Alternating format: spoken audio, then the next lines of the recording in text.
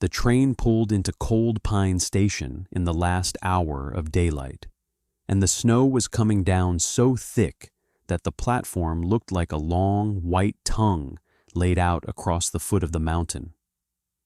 I sat very still in my seat, with my gloved hands folded across the swell of my belly, feeling the iron wheels slow beneath me, and I could not bring myself to lift my eyes from the floor of the carriage. I was 22 years old. I was 6 months gone with child.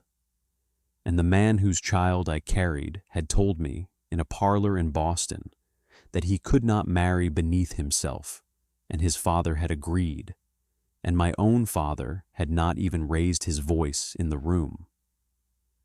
My mother had packed my trunk herself. She had folded each garment in tissue paper as though she were folding away a daughter she no longer wished to recognize.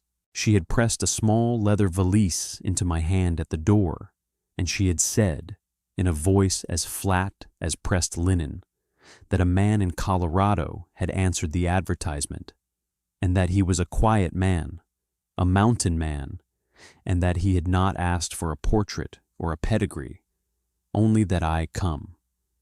She had said this would be the kindest grave my name could find. And then she had closed the door behind me, and I had heard the bolt slide, and I had stood on the granite step of the only home I had ever known with the snow falling on my hat brim, and I had understood that I was already a ghost. The week before I left Boston had been the longest week of my life. I had been kept upstairs in my own bedroom like a guest who was no longer welcome, but had not yet been asked to leave. My mother brought up my meals on a tray and set them on the small writing desk by the window without speaking. My father did not come up at all. I heard him in the hall sometimes, the slow, heavy tread of his boots on the runner, and once I heard him pause outside my door, and I held my breath, and after a long moment he went on. I had grown up in that house. I had been baptized in the parlor, and I had recited my catechism in the dining room, and I had played the upright piano in the front room every Sunday afternoon since I was 6 years old, and now my own father could not bring himself to knock on the door of the room he had built for me. The lawyer's son was named Edward, though I no longer like to set the name down even on a page no one will read. He had courted me through the previous summer with the open consent of both our families, and we had walked out together every Sunday after church, and he had read me poetry in the small green park behind his father's office, and he had told me, with his smooth pale hand on the back of mine on the slatted bench, that no man in Boston had ever felt for any woman what he felt for me. I had believed him. I do not even now regret that I believed him. I was raised on the assumption that a young man in a clean shirt who quoted Tennyson on a park bench was telling the truth, and I do not know how a girl is to be raised any other way. When I told him, in the back parlor of his father's house in late October, that I was carrying his child, he had stood up from his chair so quickly that the small porcelain cup on the table beside him had rattled in its saucer. He had walked the length of the room twice without speaking. He had come back to me, and he had sat down again, and he had not taken my hand. He had said, in a voice that was already not quite his own, that he was very sorry, but that the matter would have to be handled discreetly, and that he was certain his mother would know of a place. He had said the word place as though it referred to a piece of luggage one might check at a station. I had risen then, and I had walked out of his father's house without saying another word, and I had not seen him again in this life. His father came to our house the next morning. I sat on the second-floor landing in my nightdress with my arms wrapped around my knees, and I listened through the railing to the conversation in the front parlor below. The lawyer was a heavy-set man with a careful, considered voice, and he used that voice on my father as though my father were a difficult client. He spoke of the family's name and of the firm's reputation and of the regrettable confusion of young people in the heat of the summer, and of the various charitable arrangements his wife had been so kind as to make for unfortunate young women in similar circumstances. He did not, in the entire 40 minutes that he sat in our parlor, say my name once. My father, when he answered at all, answered in single words. Yes, I see. Quite. When the lawyer rose to leave, my father walked him to the door, and he shook his hand, and he thanked him, and I heard the door close, and I sat on the landing in my nightdress, and I waited for my father to come up the stairs and tell me what was to become of me, and he did not come up. He went into his study, and he closed the door, and I heard the small brass key turn in the lock, and I knew before my mother ever spoke to me again that I had been settled like a debt. My aunt in Philadelphia was written to. Her reply came on a Tuesday, on heavy cream paper folded twice, and my mother read it in the kitchen with her back to me. My aunt had regretfully concluded that the climate of her household would not be suitable for a young woman in my present condition. There was a cousin in Albany. The cousin in Albany did not even reply. By the time the second week of November had passed, my mother had begun, without telling me, to read the back pages of the Boston papers, where men in distant territories advertised for wives. The advertisement she chose was 4 lines long. I read it later, when she had left it folded on the kitchen table beside my breakfast plate, the way a verdict is left on a desk. Quiet man, settled cabin, honest work, no questions asked of past. I read those 4 lines while my tea went cold. I read them again. No questions asked of past. I had not, in the worst weeks of that autumn, allowed myself to imagine what it would feel like to read a sentence like that.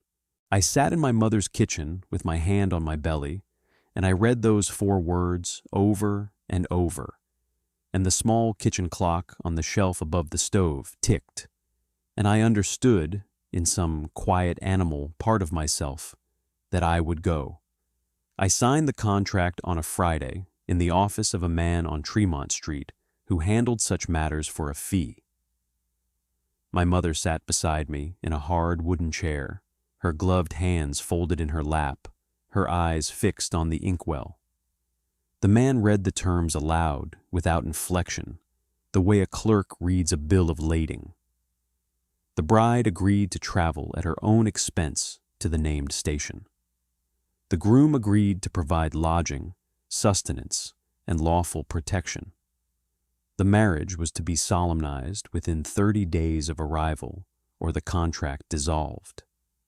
The man asked me, without raising his eyes, whether I understood and consented. I said yes. He turned the paper toward me, and he laid the pen across the line, and I picked it up, and I saw that my hand was perfectly steady, and that surprised me more than anything that had happened to me in the previous month. I signed my full given name in a clear, careful hand. The ink dried in the cold air of his office. The man blotted it. He folded the paper into thirds. He slid it into a long envelope, and he sealed it with a small drop of red wax, and I watched the wax cool, and that was the last contract of my old life. The train journey itself had taken 9 days. 9 days of staring out a small, soot-streaked window at a country I had never imagined, and of learning, hour by hour, what the word distance meant. The first morning, we were still in the gentle hill country of western Massachusetts, and there were red barns and tidy white churches and stone walls running up the shoulders of the hills. And the world looked so much like the world I had grown up in that I could almost pretend I was on a Sunday excursion, and that the small, heavy weight low in my body was a basket of summer apples I had been asked to mind. By the evening of the second day, The country had flattened into something I had no name for. Long brown fields under a low gray sky. Single trees standing alone in the middle of a half-mile of nothing. Fences that ran on for so long the eye gave up and let go. I could not eat for the first 3 days. The motion of the carriage was unkind to a woman in my condition, and the cooking smells from the dining car turned my stomach, and I had no appetite for anything but plain bread and weak tea. I kept my veil down for the first long stretch of the journey, even inside the carriage, and the other passengers learned quickly to leave me alone. A heavy-set woman in a brown bombazine dress had tried, on the first afternoon, to sit beside me and make conversation, and I had answered her in such few short words that she had moved, with what dignity she could muster, to a seat 3 rows ahead. After that, the carriage left me a polite circle of empty seats, and I was grateful, and I was also lonelier than I had been in my life. There was one passenger who did not leave me alone, and I am thankful, at this distance, that there was. He was an elderly gentleman with very white hair and a clean-shaven face, traveling with a small black leather case to a daughter in Denver. His name was Mr. Halloran.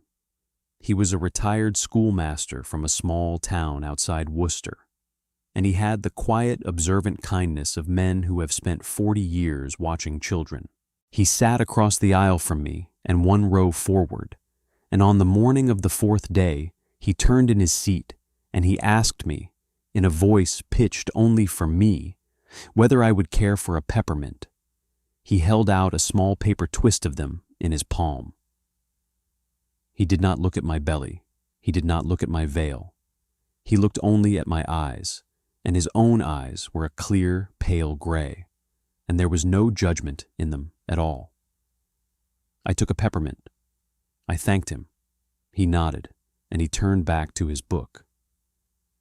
The next morning, without being asked, he set a small green apple on the empty seat beside me, and a folded square of waxed paper containing a slice of dark fruit cake. He did not speak. He did not catch my eye. He simply provided the way certain men provide, and I ate the apple and the cake slowly through the long gray afternoon, and they were the first food my body had been willing to accept in 3 days. He spoke to me only a handful of times in the days that followed, and never in a way that asked a single thing of me. He told me, on the 5th day, when we crossed the long iron bridge over the Mississippi, that his late wife had been frightened of bridges, and that she had always closed her eyes and held his hand until they were across. He told me, on the 6th day, that the brown low hills we were passing through had been buffalo country in his father's time, and that he had once seen, as a young man, a single bull standing on a rise against a winter sky, and that he had never forgotten it. He told me, on the 7th day, very gently, without looking at me, that a long journey was the only good cure he knew for a sorrow that had no other shape. He did not look at me when he said it. He did not need to. I sat for hours and hours with my gloved hand on the curve of my belly through the wool of my cape. The child moved often by then, small, uncertain turnings, the small heel I had begun to recognize pressing once or twice a day against the inside of my left side. I had come to know her in the long days of staring out the window in a way I had not allowed myself before. I had not in Boston been permitted to think of her as a child. She had been referred to, in the few sentences my mother had spent on the subject, as the situation, or the difficulty, or the matter, as though she were a pane of cracked glass that needed to be quietly replaced.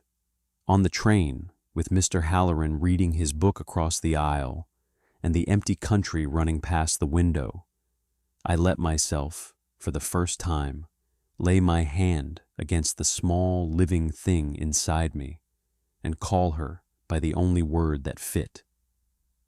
My daughter. My daughter. I said it under my veil, in a whisper too small for any other ear, and I said it many times over the days of that journey, until the word lost the shape of grief and became something else, something quieter, something that belonged to me alone. On the 8th day, we began to climb. The flat brown country gave way to long ridges, and then to higher ridges, and then to the first slow gathering of mountains on the western horizon, blue and ragged and not quite real. The air thinned, the light changed. The carriage lamps were lit earlier in the afternoons. By the morning of the 9th day, we were running up a long, winding cut between snow-laden pines, and the sky overhead was the dark, shifting gray of approaching weather. And Mr. Halloran rose from his seat as the conductor came through, and he turned to me, and he touched the brim of his hat, and he said only, "Be brave, child. The mountains are kinder than they look." Then he gathered his small black leather case, and he made his way to the forward door, because his stop was an hour ahead of mine. I never saw him again. I think of him often. I think of him on cold nights when the wind is up in the high pines. I think of him sometimes when I lay an apple on the table beside someone who is not asked for one. The conductor came down the aisle, and he touched the brim of his cap to me without meeting my eyes. He had been kind, in the way men are kind when they suspect something they do not wish to be told. He helped me with my valise. He helped me down the iron step. The platform was wood gone silver with weather, and the snow had drifted up against the station house in long blue ridges, and the air was so cold and so clean that it stung the inside of my nose. I had pulled the heavy black mourning veil down over my face before the train had even stopped. I had pulled it down because I did not want the town to see me. I had pulled it down because, in some old country way I had been raised in, a veiled woman was a woman who had already buried something. They were waiting for me. The whole town, or what looked like the whole town, 40 or 50 people, perhaps, standing in a loose half-circle at the end of the platform. Dark wool coats and dark wool hats, and the snow gathering on their shoulders like a quiet judgment. Women with their arms folded. Men with their hands deep in their pockets. A child or two hiding behind a mother's skirt. I could feel them looking at me through the veil. I could feel the way their eyes traveled down from my face to the unmistakable curve beneath my cape, and then back up again. I heard, somewhere in the crowd, a woman draw breath through her teeth. I heard a man cough into his fist in a way that was not a cough. I almost turned back. I will set it down because it is true. In the moment between the conductor's hand leaving my elbow and the first sound of the gathered crowd reaching me through the falling snow, I felt my whole body lean back toward the open door of the carriage behind me. The carriage smelled of pipe smoke and wet wool and the small kerosene lamp at the conductor's station, and it had been the only world I had known for 9 days, and for one long moment it felt safer than any world I could see in front of me. I turned my head, very slightly, beneath the veil. I saw the brass handle of the door I had just stepped down from. I saw the conductor lifting my trunk down to the platform. I saw the small puff of steam curling up from beneath the iron wheels. I thought I could climb back up. I thought, I have a few coins still. I thought I could ride to the next stop and the next, and no one in this town would ever have to know that the woman in the black veil had ever been here at all. I thought all of these things in the space of perhaps 3 breaths.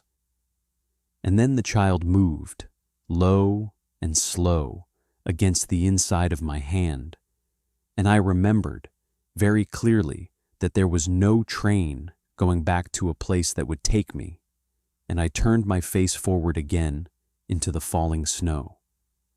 I had been told the man who had answered the advertisement would meet me at the station. I had been told to look for a wagon. I had been told nothing else, because there was nothing else to know.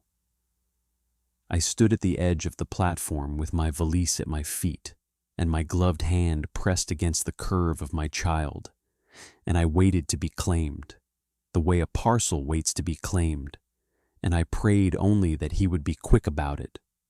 I prayed only that he would not look at me too long before he decided. I felt the cold come through my boots first. The wool of my cape was good wool. My mother had seen to that. But it had been chosen for the streets of Boston, not for a wooden platform 6,000 feet above the sea. And the cold of that mountain air went straight through every layer I had on me, as though I were dressed in paper. My breath made a small white cloud against the inside of my veil. The crepe began to grow heavy with the moisture of it. I could feel the falling snow gathering on the brim of my hat and along the shoulders of my cape, and I did not dare to brush it away, because to brush it away would be to call attention to myself, and the attention of 40 silent strangers was the last thing in the world I wanted. I kept my eyes on the silvered planks of the platform between my boots. I counted them. I counted them again. I had counted them 3 times before I heard the wagon come around the side of the station house. The wagon came around the side of the station house. It was a flatbed wagon with 2 heavy bay horses in front of it, their breath rising in white plumes, and the man who climbed down from the bench was so much taller than I had pictured him that for a moment I forgot to breathe. He was broad through the shoulders. He moved through the snow without hurry, the way a man moves through his own house in the dark. He wore dark brown buckskin trousers and high brown boots laced up over them, and a wide leather belt with a brass buckle, and he carried a wide-brimmed brown leather hat in one hand. He was bare-chested, in that cold, in that snow, as though the cold had made some agreement with him long ago and would no longer be permitted to touch him. His skin was deeply tanned and weathered, and across his right collarbone there ran a long, deep, diagonal scar, pale and ridged, that I would later learn had been given to him by a black bear in the 3rd year of his trapping. His hair was dark brown and shoulder length and tied back with a single leather cord. His beard was full and black, and his eyes, when he raised them to find me through the snow, were the palest blue I had ever seen on a living face. Calm, steady, not surprised by anything. He walked the length of the platform toward me, and the crowd parted for him, and they did not part out of love. They parted out of the kind of respect men give to a thing they cannot quite measure. I watched his boots come on across the silvered planks. They were good boots, heavy soles, clean leather laces drawn up tight over the tops of his buckskin trousers, a small, even crust of new snow already gathered along the welts. They were the boots of a man who had walked a great deal of difficult country and had taken care of himself in it. I watched those boots cross the last 12 feet of platform between us, and I do not know why, but I have never in my life forgotten the sight of them coming.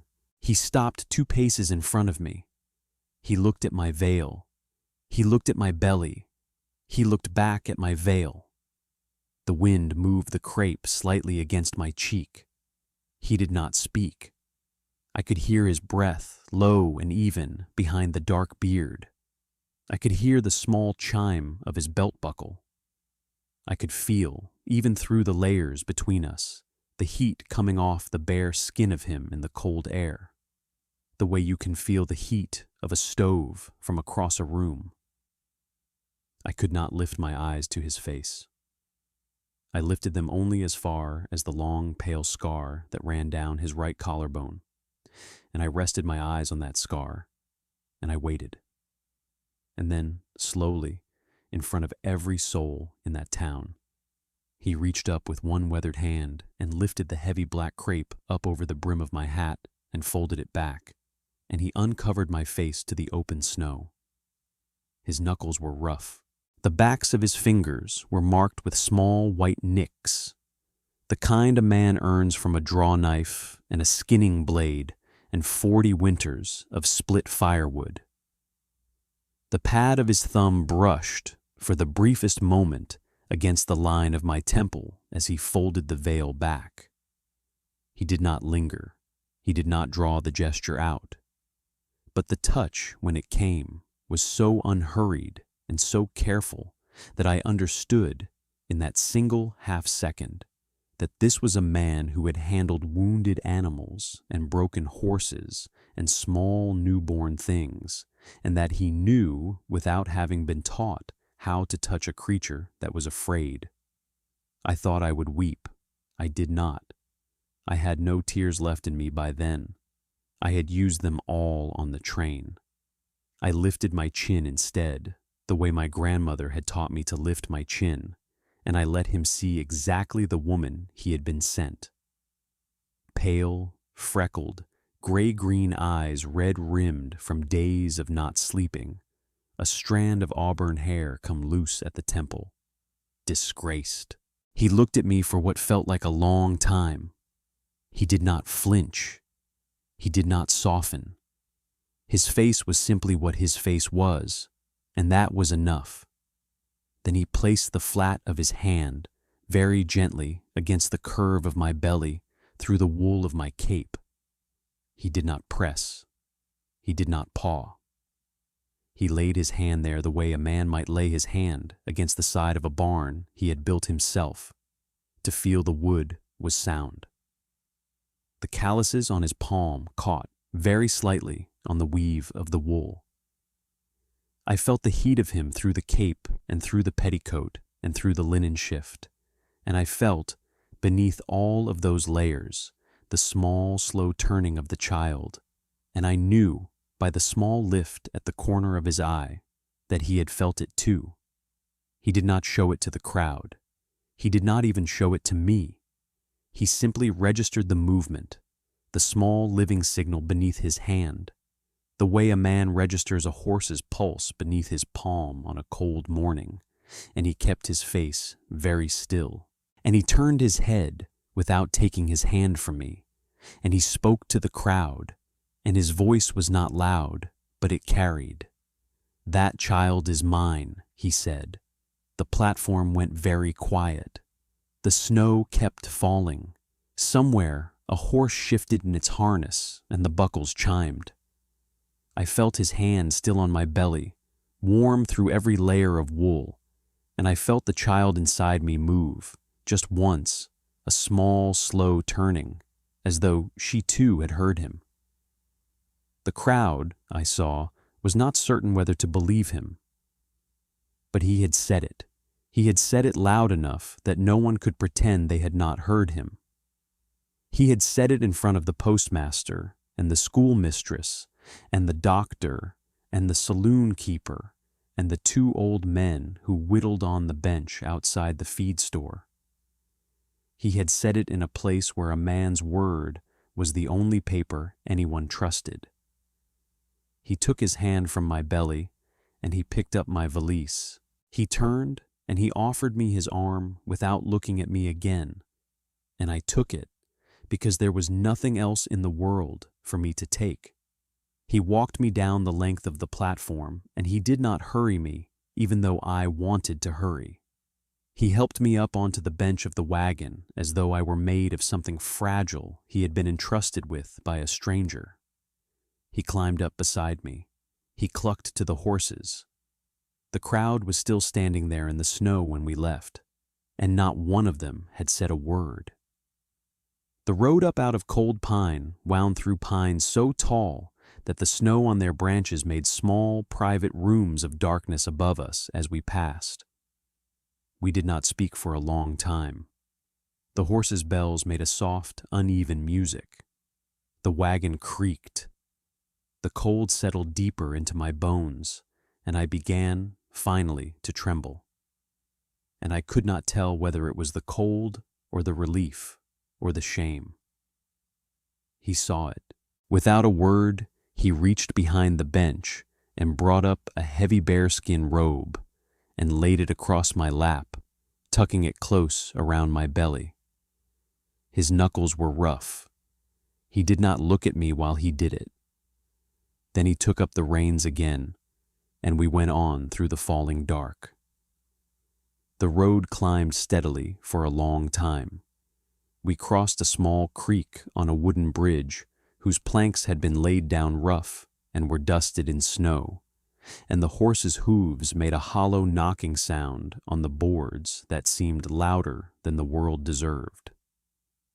We climbed past a stand of aspens that had lost all their leaves and stood pale and bare among the heavier dark of the spruce, the white bark glowing faintly in the falling dusk.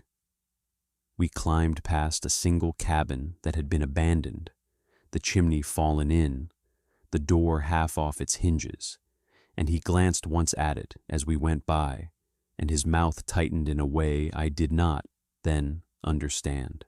We climbed past a high open meadow where the snow had drifted into long blue ridges, and the wind hummed in the dry grass beneath, and the meadow was so wide and so silent that I felt, for the first time since stepping off the train, the great unpeopled scale of the country I had come to. He spoke once on that ride, only once.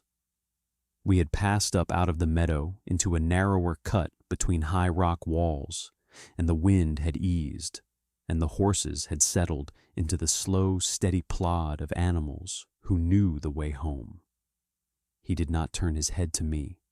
He kept his eyes on the road between the horses' ears.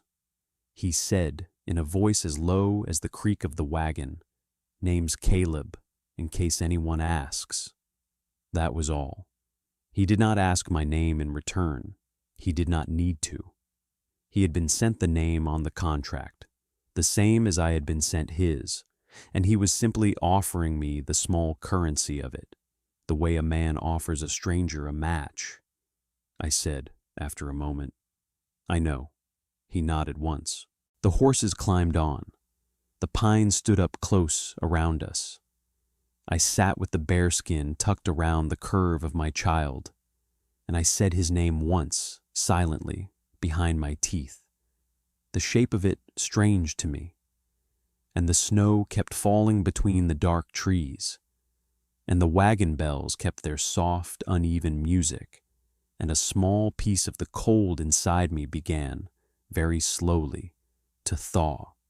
His cabin sat in a small clearing where the pines opened out toward a north-facing ridge. It was a one-room cabin, hand-notched logs, a single stone chimney, a low-pitched roof under a clean cap of snow. He stopped the wagon at the door, and he climbed down, and he came around to my side, and he lifted me down himself, both hands at my waist, and he did not rush, and he did not let go until my boots were steady in the snow. He carried my valise inside. He held the door for me. He set a fire in the hearth before he removed his hat. I had imagined many cabins on the train coming west. I had imagined them dirty, or mean, or full of the hard smell of a man who had lived alone too long. His cabin was not any of those things. The pine plank floor had been swept. There was a single oil lamp on a small wooden table, 2 chairs, a bed in the far corner with 2 folded quilts laid neat across the foot of it, a black iron pot on a hook by the fire, a row of clean tin plates on a shelf. The whole room smelled of pine smoke and wood shavings and a faint, clean trace of soap. He had cleaned the cabin before he came for me. He had cleaned it for a stranger. He had cleaned it for me. He fed me that first night without asking me a single question. He gave me hot broth from the pot and a piece of dark bread he had baked that morning and a tin cup of tea sweetened with honey. He sat across the table from me and he ate his own portion in silence. He watched me eat the way a man watches a wild thing he hopes will stay. When I had finished, he took my plate from in front of me and he carried it to the basin himself, and he washed it himself, his bare back to me, the firelight playing across the long scar on his collarbone and across the lean, strong lines of his shoulders. I had never in my life seen a man wash a dish. That first night he made up the bed in the corner and he gave it to me. He took 2 of the quilts and he laid them on the pine floor in front of the hearth, and he slept there with his hat over his eyes and his boots beside him, like a man who had been sleeping rough for so long that a wood floor was no hardship. I lay in his bed with my hand on the curve of my child, and I listened to him breathe, slow and even, on the floor by the fire, and I waited for him to come to me, the way men come, and he did not. He did not come to me the second night either, or the third, or the fourth. He did not come to me at all. The first weeks at the cabin taught me, slowly, the shape of his days. He rose before light. I would feel the small disturbance of him moving in the dark room, the soft thump of his boots being pulled on by the hearth, the careful clink of the iron poker as he stirred the banked fire back to life. He did not light the lamp until he had built the fire up to a steady burn, because he did not, I came to understand, like the look of a flame in glass when there was a real fire to be had. He boiled water. He set the kettle on the hook. He went out to the woodpile and brought in an armful, and he stacked it neat by the hearth. And the cold air came in with him each time the door opened, and I would lie under the quilts in the corner with my eyes half closed and pretend to be asleep, because I did not yet know how to greet a man in the half-dark of his own house. The first morning I tried to cook for him, I burned the bread. I had grown up in a house with a German cook and a coal range that the cook tended herself, and I had never in my life done more in a kitchen than carry a tea tray. The iron stove in the cabin was a small black box on 4 legs, with a flat top and a narrow firebox and a single round door, and I did not, that first week, know how to make it do what he made it do. I split kindling too thick. I packed the firebox too tight. I let the flame die down to coals before I had set the dough in. The loaf came out hard and pale on top and burned black on the bottom, and I stood at the table with it in my hands, and I thought I might cry from sheer humiliation. He came in from the trapline at dusk, and he looked at the bread on the table, and he looked at my face, and he did not laugh. He did not even smile. He took the loaf in both hands, and he carried it outside to the chopping block, and I watched through the window as he split it down the middle with a single clean stroke of his hatchet, and he carved the burned bottom away with his belt knife, and he came back inside, and he set what was left on a plate, and he sat down across from me, and he said, very calm, "It's the firebox. 2 pieces splits the size of my thumb to start. Then 1 big piece on the back. Wait until the smoke off the chimney goes thin and gray. Then the bread." He ate the salvaged half of the loaf without complaint. He told me, with his mouth full, that it was a good crumb. The next morning he rose before light and built the fire himself, and he stood beside me at the stove, and he showed me with 2 clean splits of pine and a single careful gesture toward the chimney, exactly how he had been raising bread in that box for 9 winters. He did not raise his voice. he did not show impatience. He taught me the way a man teaches a child to ride a horse, by standing close and saying very little, and by trusting that the lesson would take if it was honest. By the third week, I could make the bread come out the way he made it. And on the morning that I first lifted a loaf out of his iron stove with the crust the color of dark honey and the bottom unburned, I set it on the table between us, and I burst into tears, and he stood up from his bench, and he came around the table, and he laid one weathered hand on the back of my neck, very lightly, the way a man lays his hand on the neck of a horse. He has been gentling for a long time, and he said only, "There it is." Then he sat back down, and he ate 2 slices of it with butter, and he told me, around the second slice, that it was the best loaf he had eaten in 5 years. And I knew, even through my tears, that he was lying. And I knew, even through my tears, that the lie was the kindest thing any man had ever told me. I learned, in those first weeks, to be embarrassed by him in a way I had not been embarrassed by a man before. He slept on the floor in front of the hearth, on his 2 folded quilts, and he rose in the dark, and he washed at the basin every morning before I was meant to be awake, and he was bare to the waist always, even in the cold of the cabin in the dawn, even when the windows were still rimed with frost, because a shirt, he told me once, only got in the way of work. I would pretend to sleep, and through my lashes I would see the long, lean line of his back in the firelight, and the shape of the muscle under the tanned skin, and the long, pale ridge of the bear claw scar where it ran down across his right collarbone and disappeared into the dark hair of his chest. I had been raised in a house where a girl did not see the bare arm of any man who was not her brother. I had not had a brother.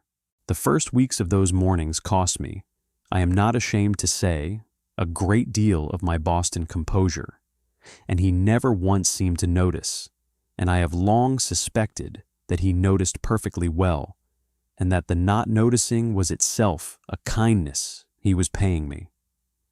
The first morning I woke in his cabin, he was already gone to check his trap line. He had left a fire built up, and a kettle warm on the hook, and a tin of oats with a clean spoon laid across the top. He had left a folded note on the table in a careful blocky hand that said only, "Back by dark, stay warm." There was no signature. He did not yet know that I knew his name. I did not yet know that he knew mine. When he came back at dusk that first day, with 3 hairs strung on a line, and the cold coming off his shoulders in waves, he stopped just inside the door, and he looked at me where I sat by the fire, with one of his quilts around me, and something passed across his face that I did not, then, have a word for. He took off his hat. He hung it on the peg. He said, "You're still here." It was not a question. It was a thing he had needed to say out loud to be sure of. The days went on like that. He rose before light. He fed the horses. He checked the line. He brought back meat, and he dressed it himself outside in the snow, his bare back steaming, the long scar on his collarbone going pink in the cold. He brought me water from the spring in 2 heavy buckets every evening. He brought me an extra quilt when the wind turned. He brought me a small folded square of muslin one afternoon, and he laid it on the table without a word, and when I unfolded it, I saw that he had cut it down from one of his own old shirts to make a kerchief for my hair, because the wind in the high pines was rough on a woman who had grown up indoors. He did not ask me. That was the thing I could not get over in those first weeks. He did not ask me who the father was. He did not ask me what I had done. He did not ask me whether I had loved the man, or whether the man had loved me, or whether I had been promised to him, or whether I had been forced. He did not ask me whether the child was a boy or a girl. He did not ask me whether I had a name in mind. He did not ask me anything. He fed me. He watched me. He let me sit by his fire. He left the door open for me, and he waited. I told him once, in the 3rd week. I sat on the bench by the hearth with my hands wrapped around a tin cup, and I told him every part of it. The lawyer's son, the summer parlor, the promises, the morning I had told my mother, the way my father had not looked up from his newspaper, the aunt in Philadelphia who had refused to take me, the advertisement my mother had placed without my knowing. I told him I had cried for 2 days on the train. I told him I had thought, in the night, of stepping off between cars.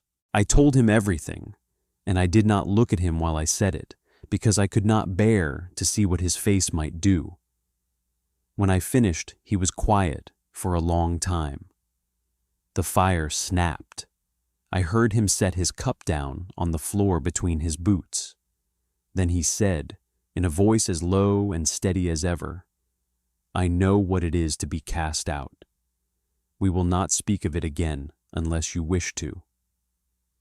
And then, very slowly, as though he were afraid of breaking some delicate thing he did not understand, he reached across the small distance between us, and he laid his hand over mine on the curve of my belly. He did not say another word.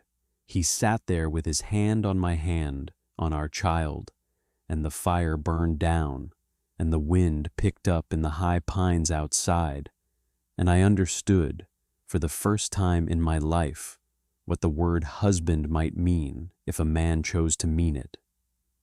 In the 4th week, he began to build the cradle. He did not tell me he was building it. He simply began to come back from his day's work with strips of pine, planed smooth, and he laid them by the door. And at night, after I had gone to bed, I would hear the soft scrape of a draw knife and the quiet tap of a wooden mallet. And I would lie with my hand on my belly, and I would listen to him work. He would not let me see it until it was finished. He covered it each night with a piece of canvas. He made me promise, once, in his shy half-smile way, that I would not peek. I broke that promise only with my ears, and only by accident, and I do not regret it. I would lie in his bed in the corner with the quilts drawn up to my chin, and I would listen to him work the wood by the firelight, and I would build, in my mind, a picture of him as he worked. He sat on a low 3-legged stool he had pulled up close to the hearth. He had laid out his tools on a clean square of canvas on the pine floor beside him. There was a small draw knife with a polished beech handle, and a wider spokeshave for the rockers, and a low flat block plane he used for the long boards, and a small hand auger for the dowel holes, and 3 carving knives of different curves that he kept rolled up in a strip of oiled leather. I knew the sound each of them made by the end of the 2nd night. I knew the long, even hush of the spokeshave taking a single curl off a rocker. I knew the dry scrape of the block plane and the small, sharp click of the auger biting a fresh hole, and the particular quiet rasp of the smallest carving knife when he was working a detail. He was bare-chested at the work, of course, because he was bare-chested at all the work he did inside that cabin in those months. And the firelight worked its slow gold along the long, lean lines of his back and shoulders as he leaned over the wood.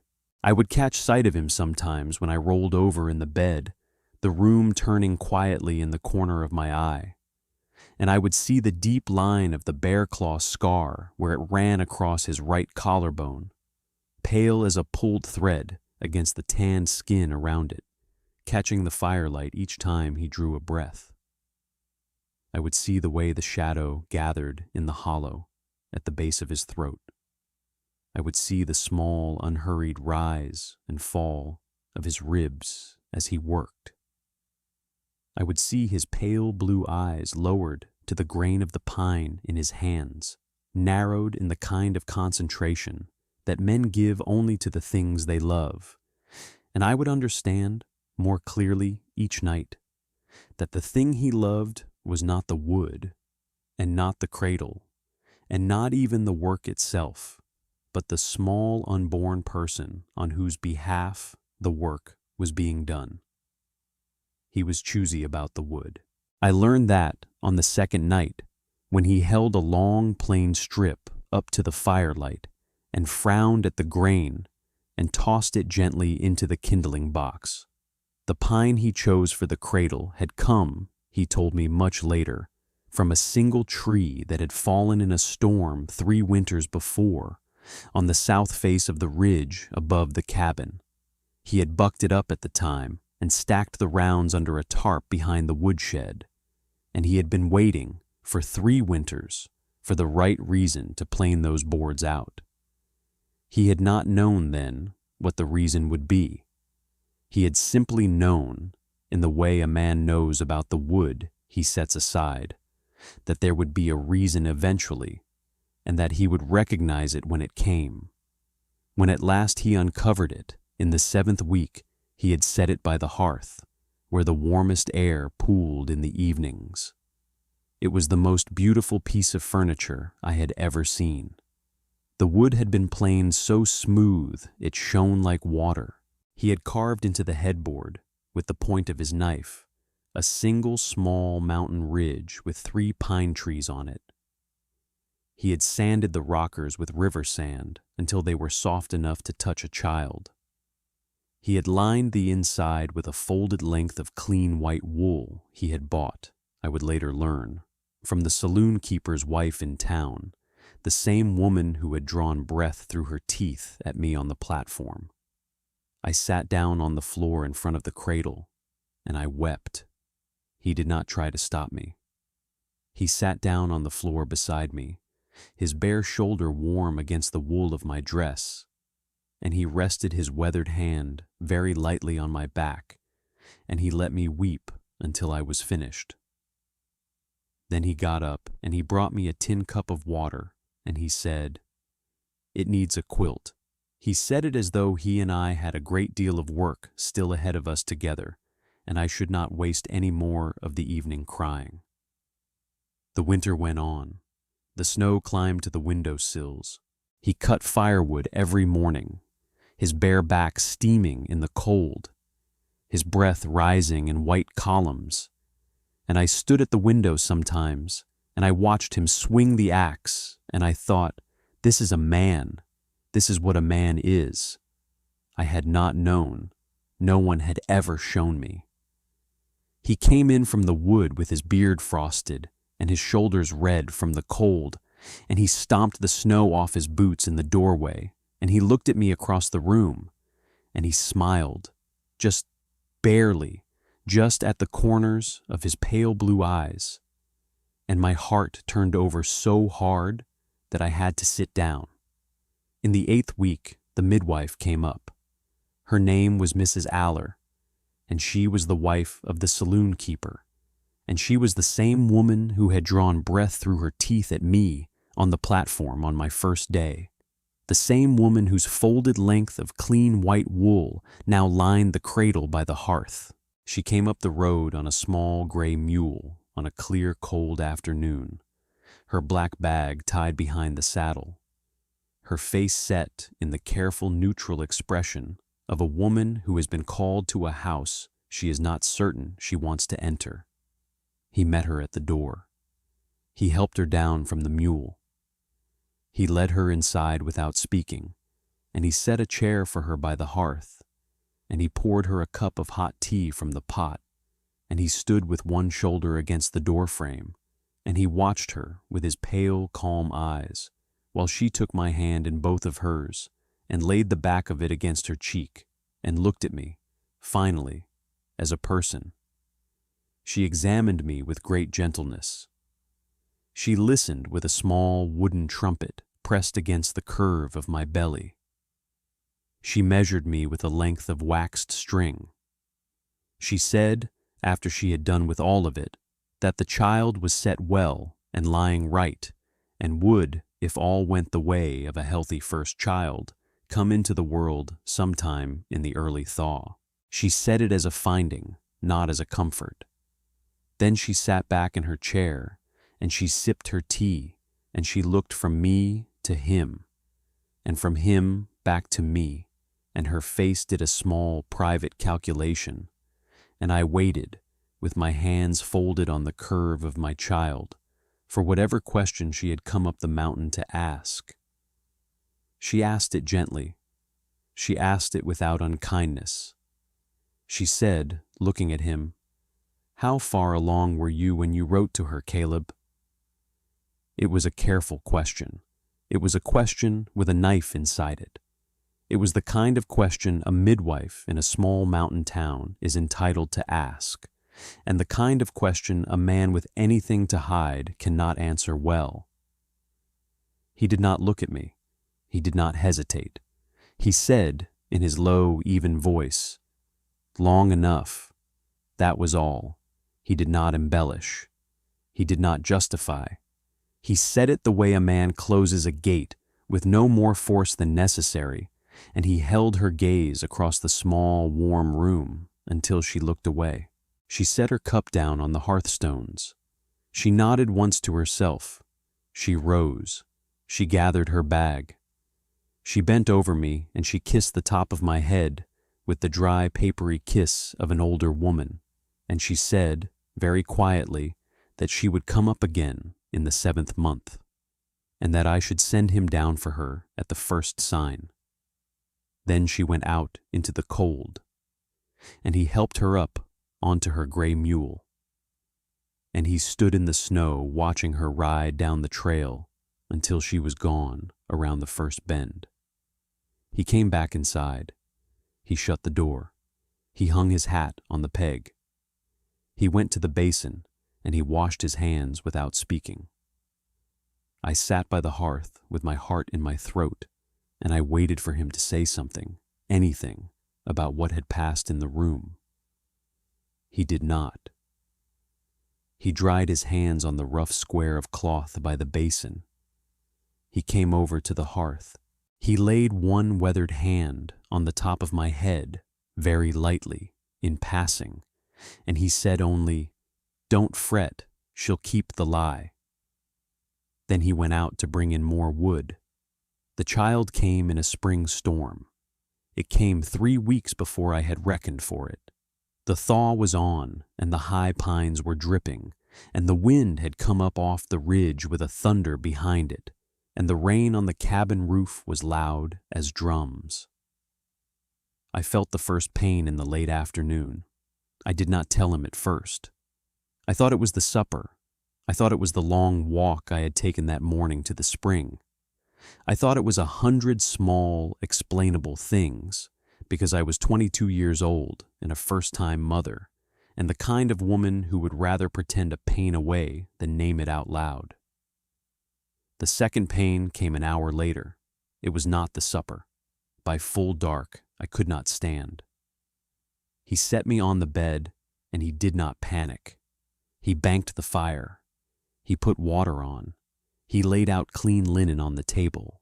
He took off his belt, and he hung his hat on the peg, and he washed his hands twice in the basin, and he looked at me, very steady, and he said, "The road to town is washed. It is just us. I have done this with mares. I will do this with you. Breathe with me." The storm came up worse as the night came on. The snow on the ridges had been turning all afternoon to rain, and now the rain was coming down in sheets, and the wind had taken on the long, low howl that is particular to wet spring storms in the high country, the kind of wind that finds every small gap in the chinking and tries each one. The cabin held. He had built the cabin himself 10 years before, and he had built it the way he did everything else, which was carefully, and the cabin held. Water beat against the windows. The fire in the hearth pulled hard up the chimney each time a gust came through. The single oil lamp on the table threw a long, unsteady shadow of his shoulders against the pine logs of the wall, and that shadow, moving slowly back and forth as he worked, became, over the long hours of that night, the only fixed point in a world that was otherwise made of pain. He did not leave my side. I am setting it down because it is the truth. He did not leave my side once, except to fetch a fresh basin of warm water from the kettle by the hearth, and even then he was never out of arm's reach.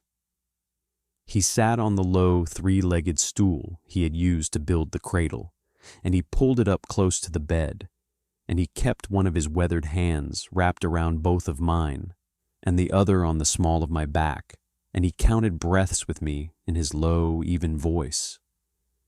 In and out, he said. In through the nose, out slow through the mouth, like the bellows on a forge. Steady, steady. He did not raise his voice once in all those hours. He did not grow afraid in front of me, and I have come to believe, looking back, that he was very afraid, and that the keeping of his face still through all those hours was a discipline he was paying me at a cost I did not, at the time, understand. He whispered things to me through the worst of it that I have never told another soul, and that I will not set down here in full, because they belong to that night, and to that bed, and to no other place. He told me I was strong. He told me I was the bravest thing he had ever seen. He told me, when the pain was at its worst, and I was not certain I could go on, that he had me, and that the child had me, and that nothing in the world was going to be permitted to come between the three of us, not the storm and not the dark, and not anything else. He said it without flourish. He said it with his forehead pressed lightly against my temple, his beard rough against my cheek, his breath warm against my ear, and I believed him in the way a person believes the floor will hold under her feet. And he did. He delivered her himself in the firelight, with the spring storm beating on the roof and the wind crying in the chimney. He spoke to me the whole time in that low, even voice, the way a man speaks to a horse he has raised from a colt. He did not look away from my face except to do what had to be done. He caught her in his own bare hands. He cleaned her with warm water and a soft square of linen. He laid her on my chest, slick and red and squalling, and he covered us both with one of his quilts, and he sat down on the floor beside the bed, and he put his forehead against the edge of the mattress, and he wept. I had not seen him weep before. I did not see him weep again for a long, long time. He cut the cord with the small knife from his belt that he had boiled for an hour. He wrapped her in the white wool he had set aside in the cradle since the 7th week. He laid her, when she had quieted, in the cradle he had built. He stood over her for a long time. Then he came and sat on the edge of the bed beside me, and he took my hand, and he said softly, "What is her name?" I had not, in all those months, dared to choose one. I said the first one that came to me, the name of my own grandmother, the woman who had taught me how to lift my chin. He nodded. He bent and kissed my forehead, very lightly, the first time his mouth had ever touched me. And then he got up because there was still water to boil, and he was, I had learned by then, a man who finished the work. The first weeks with the baby in the cabin were the strangest weeks of my life, and the sweetest. She was so small. I had not, in all the months of carrying her, understood how small she would be. Her head was the size of a small apple. Her hand could not close around the smallest of his fingers. She slept and woke and cried and ate and slept again on a small private clock that had nothing to do with any other clock in the world, and the two of us, he and I, learned in those first weeks to live by her clock and no other. She latched onto him from the first day. I do not know any other word for it. I would set her down in the cradle by the hearth, swaddled tight in the white wool, and she would fuss for me until she heard him come in from the woodshed. And then her small mouth would go soft, and her small hands would unfist, and she would turn her head, blind as she still was, toward the sound of his boots crossing the pine floor. He would scoop her up the way a man scoops up a small bird he has found stunned beneath a window. He would settle her in the crook of his bare arm against the warm tan skin of his chest, with the long pale ridge of the bear claw scar running just below her cheek, and she would press her small face into the dark hair of his chest, and she would sigh, the long contented sigh of a creature that has come home, and she would sleep for hours like that, against the slow, steady drum of his heart, while he moved quietly around the cabin with one arm and got the supper on with the other. He held her like something fragile and holy. There is no other way to say it. He had hands that could split a cord of pine before breakfast and skin a buck in the time it took me to set the table. And he held her with those same hands, as though she were a thing that might dissolve if he breathed too hard. He cupped the back of her head when he lifted her. He kept her always against the warmth of his bare skin in the cool of the cabin, with one of the white wool blankets drawn up around her shoulders, because, he told me once, low and serious, in the kind of voice he used only for matters he had thought through, that a small thing newly come into the cold world ought to know, before anything else, that there was a warm, safe place where she belonged. He sang to her at night. He did not know that I knew. He waited until I had gone to the bed in the corner and the lamp was out and the fire was banked low, and then he would lift her from the cradle and he would sit with her on the low three-legged stool by the hearth, and he would hum, and sometimes, when he thought I was asleep, he would put words to the humming, and the words were old words, old hymns half remembered, and old trail tunes from his trapper years, and once or twice the small, simple lullabies a mother might sing to a child in a cabin on a cold night, 100 years before either of us had ever been born. He had a low, warm voice that he used only at that hour, and only for her, and I lay in the bed in the corner, and I listened, and I did not let on that I was awake, because I did not want, even by accident, to spoil that hour. The summer came. The pines opened. The child grew. He carried her everywhere with him, in a sling he had cut from a strip of his old buckskin, against his bare chest, her small head tucked under his beard. He spoke to her constantly, in that low, even voice, naming the things they passed: spring, ridge, hawk, pine, snowmelt, fox. She learned the sound of him before she learned the sound of me. She would not sleep unless she could hear him breathing in the room.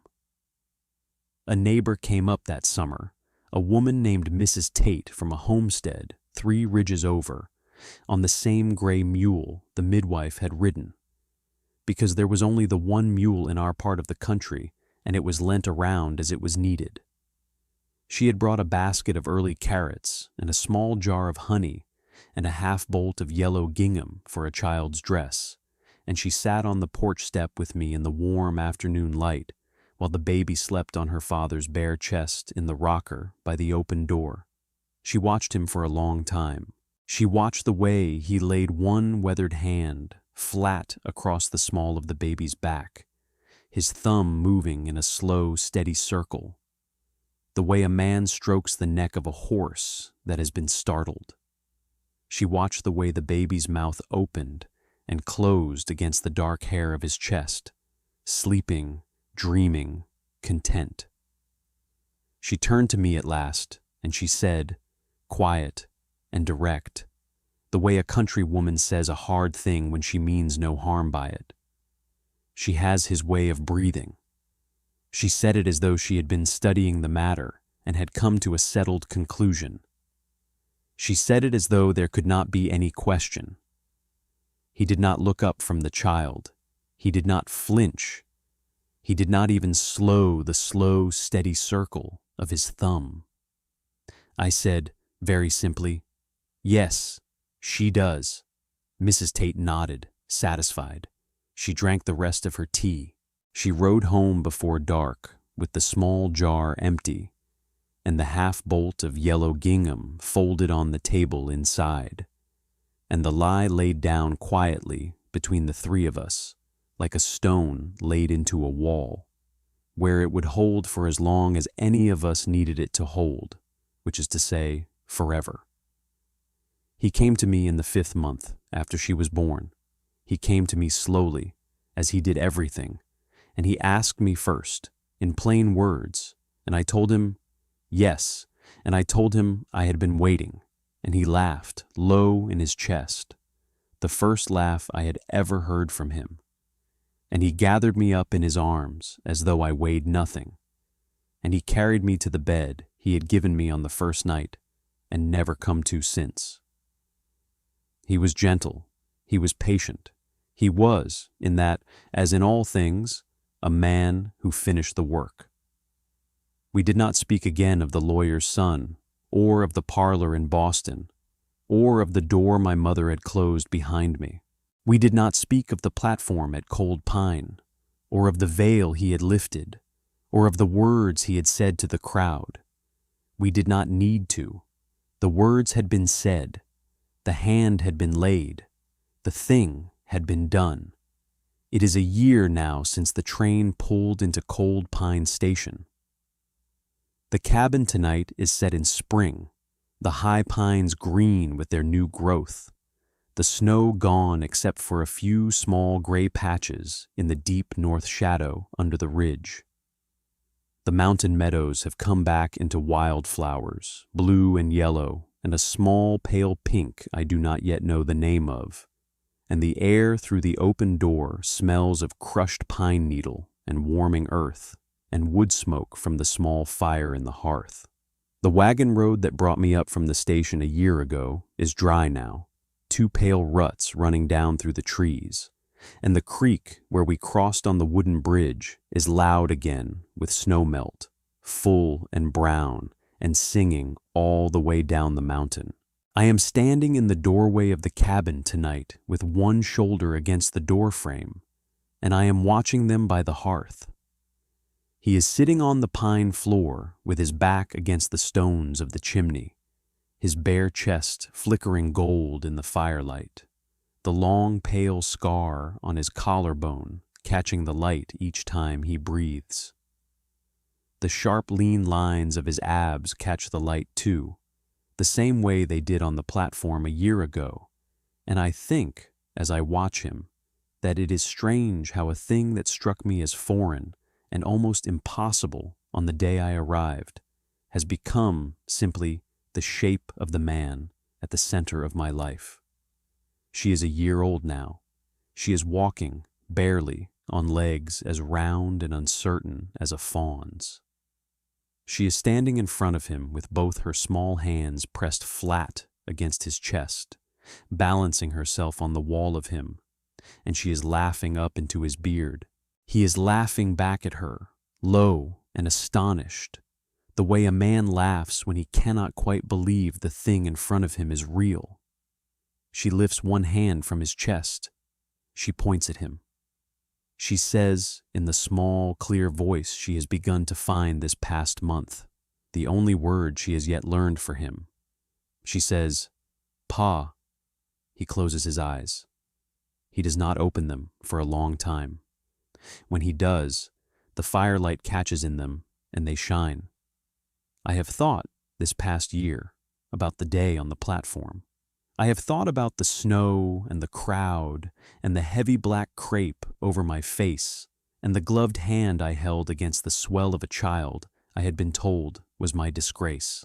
I have thought about the way he walked the length of that platform toward me, and the way the people parted for him, and the way he reached up and lifted the veil with his weathered hand, and the way he laid that hand on my belly, and the words he said, loud enough for every soul in the town to hear.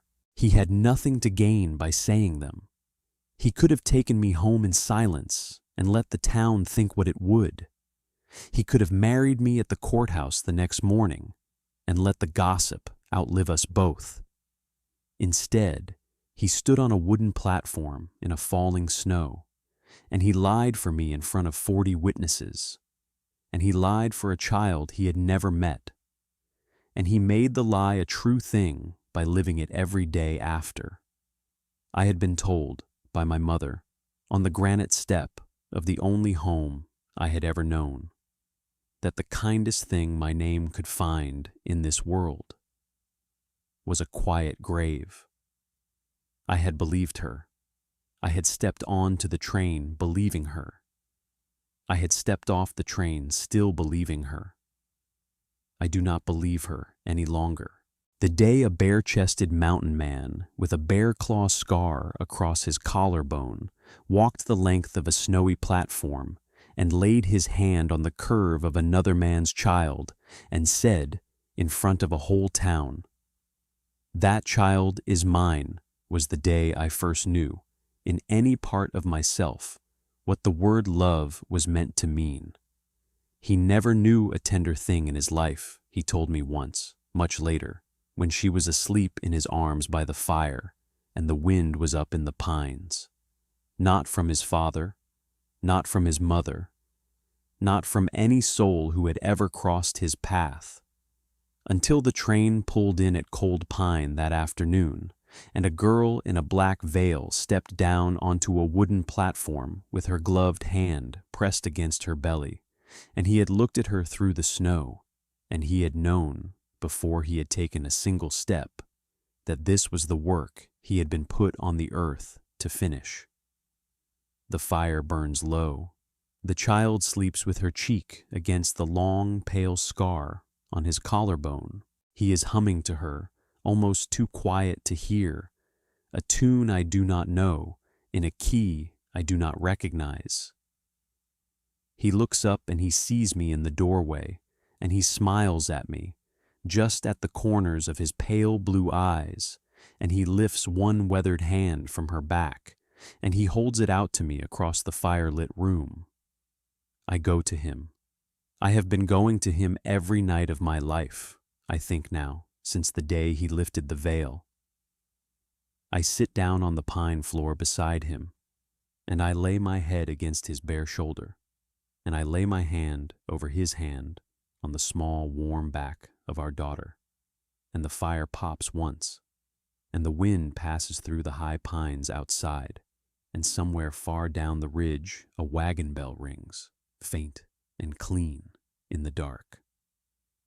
That is the end of the story I came west to bury. It is also, as it turned out, the beginning of the only one I ever wished to live.